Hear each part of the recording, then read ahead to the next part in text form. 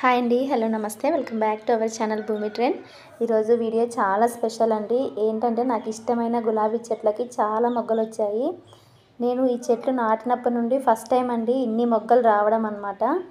నేను ఫస్ట్ గులాబీ చెట్లు తీసుకున్నప్పుడు రెండే చెట్లు తీసుకున్నా అండి. ఒకటి వైట్ కలర్ది, ఒకటి మెరూన్ కలర్ది. ఆ చెట్లు కొన్నప్పుడు అసలు దానికి ఒకటే ఒక ఫ్లవర్ ఉండిందనమాట. కొన్ని రోజుల తర్వాత చాలా మొగ్గలు వచ్చాయి, పువ్వులు కూడా చాలా పూసాయి. మధ్యలో ఒకసారి బన్నీ ఆ చెట్టును పీకేయడం వల్ల అది పోయిందనమాట చెట్టు. నెక్స్ట్ దాని ప్లేస్లో మళ్ళీ రెడ్ కలర్ది ఒకటి, పింక్ కలర్ది ఒకటి నాటాను. అవి కూడా చాలా బాగా వచ్చాయి. రీసెంట్గా ఎల్లో కలర్ కూడా తీసుకున్నా అండి, అది కూడా బాగా వచ్చింది చెట్టు. కానీ ఇలా మొగ్గలు రావడం ఇది ఫస్ట్ టైం అండి. ప్రతి ఒక్క కొమ్మకి, ప్రతి ఒక్క చిగురుకి, కొత్తగా వచ్చిన చిగురులన్నిటికీ కూడా మొగ్గలు వచ్చాయన్నమాట. చిగురికి అంటే ఒక్కొక్క చెట్టుకి వచ్చేసి ఒక 10-15 మొక్కలు వచ్చింటాయన్నమాట.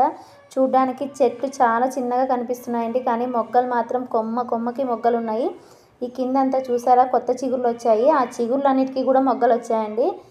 ఈ గులాబీ చెట్లన్నిటికీ జస్ట్ ఒక 10 డేస్ బ్యాక్ నేను కొమ్మలన్నీ కట్ చేశానండి. అంటే ముదిరిపోయిన ఆకులన్నీ కట్ చేశానన్నమాట.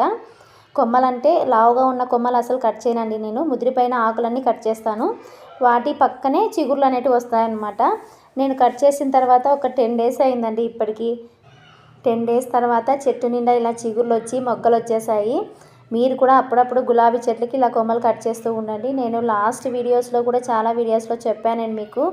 ఎప్పుడైతే గులాబీ చెట్టు పూలు కాయడం ఆగిపోతుందో అప్పుడు మనం వాటికి ఉన్న ముదిరిపోయిన ఆకులన్నీ కట్ చేస్తూ ఉండాలి.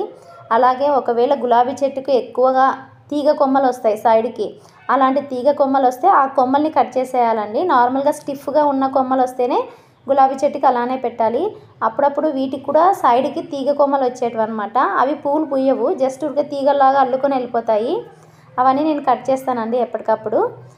ఒకవేళ మనం ఆ తీగ కొమ్మల్ని కట్ చేయకుండా అలానే పెట్టామనుకోండి, ఆ తీగ కొమ్మలు ఫాస్ట్గా పెరుగుతాయి అన్నమాట. మిగిలిన చెట్టు అంతా కూడా అలానే ఉండిపోతుంది. మరి తీగ కొమ్మల్ని కనుక్కోవడం ఎలా అనే డౌట్ కూడా మీకు రావచ్చు. తీగ కొమ్మలు చాలా ఫాస్ట్గా గ్రోత్ అవుతాయండి. మామూలు చిగుర్లు వచ్చినప్పటికంటే తీగ కొమ్మలు చాలా ఫాస్ట్గా గ్రోత్ అవుతాయి. ఒకటే స్ట్రైట్గా ఒకటే కొమ్మనే వెళ్తుందండి, అది తీగలాగా వస్తుందన్నమాట. అంటే బెండ్ అయిపోతుంది, ఇలా స్టిఫ్గా ఉండదన్నమాట. సో అలా మనం కనుక్కోవచ్చు. గులాబీ చెట్ల గురించి నాకు తెలిసిన విషయాలు అయితే నేను మీతో షేర్ చేసుకోవాలని ఇవన్నీ చెప్పాను. మీకు తెలిసిన విషయాలు ఏమైనా ఉంటే కూడా నాకు కామెంట్ సెక్షన్లో తెలియచేయండి. ఈ వీడియో మీకు నచ్చితే లైక్ చేయండి, షేర్ చేయండి. అలాగే కొత్త వాళ్ళు ఎవరైనా ఫస్ట్ టైం నా ఛానల్ చూస్తూ ఉంటే please subscribe my channel. Subscribe చేసిన వెంటనే బెల్ సింబల్ నొక్కండి.